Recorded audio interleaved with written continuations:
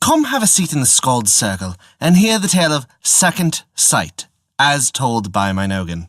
Before we begin our tale, we'd like to remind you that we release new stories for free weekly on Wednesdays on our website, Apple Podcasts, Google Play Music, Spotify, Podbean, and more. Visit www.thescaldcircle.com for more information. As a special thank you for your support, we hope you also enjoy this bonus story release. Now then, this begins the tale of Second Sight. A traveller arrived at a village, and looking about for an inn, he found one that, although rather shabby, would, he thought, suit him. So he asked whether he could pass the night there, and the mistress said, certainly. No one lived at the inn except the mistress, so the traveller was quite undisturbed. The next morning, after he had finished breakfast, the traveller went out of the house to make arrangements for continuing his journey.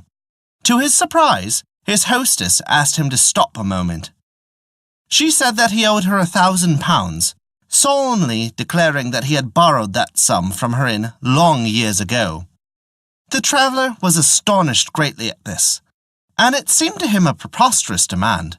So fetching his trunk, he soon hid himself by drawing a curtain all around him. After thus secluding himself for some time, he called the woman and asked, "Was your father an adept in the art of second sight?" The woman replied, "Yes, my father secluded himself just as you have done." Said the traveller, "Explain fully to me why you say I owe you so large a sum." The mistress then related that when her father was going to die, he bequeathed her all his possessions except his money.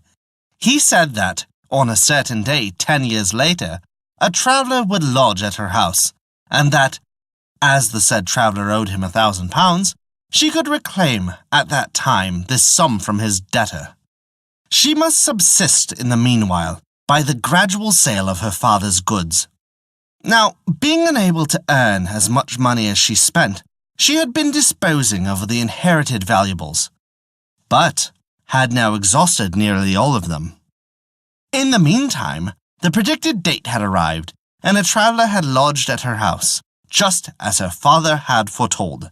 Hence, she concluded that he was the man from whom she should recover the £1,000. On hearing this, the traveller said that all that the woman had related was perfectly true. Taking her to one side of the room, he told her to tap gently with her knuckles all over a wooden pillar. At one part, the pillar gave forth a hollow sound. The traveller said that the money spoken about by the poor woman lay hidden in this part of the pillar. Then, advising her to spend it only gradually, he went on his way. The father of this woman had been extremely skillful in the art of second sight or clairvoyance.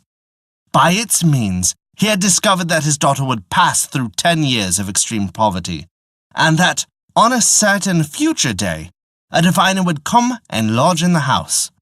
The father was also aware that if he bequeathed his daughter his money at once, she would spend it extravagantly.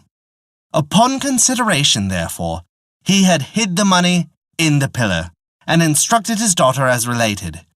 In accordance with the father's prophecy, the man came and lodged in the house on the predicted day, and, by the art of divination, discovered the £1,000. And that is the tale of Second Sight. Thank you for listening to our story. If you enjoyed it, please take a look at our Patreon page to learn how you can earn great rewards while also supporting us. A special thank you to Kat for their support this month. It means the world to us. Remember, we release new tales for free weekly on Wednesdays. Find out where you can hear them on our website at www.thescaldcircle.com. Once again, thank you for listening to our story.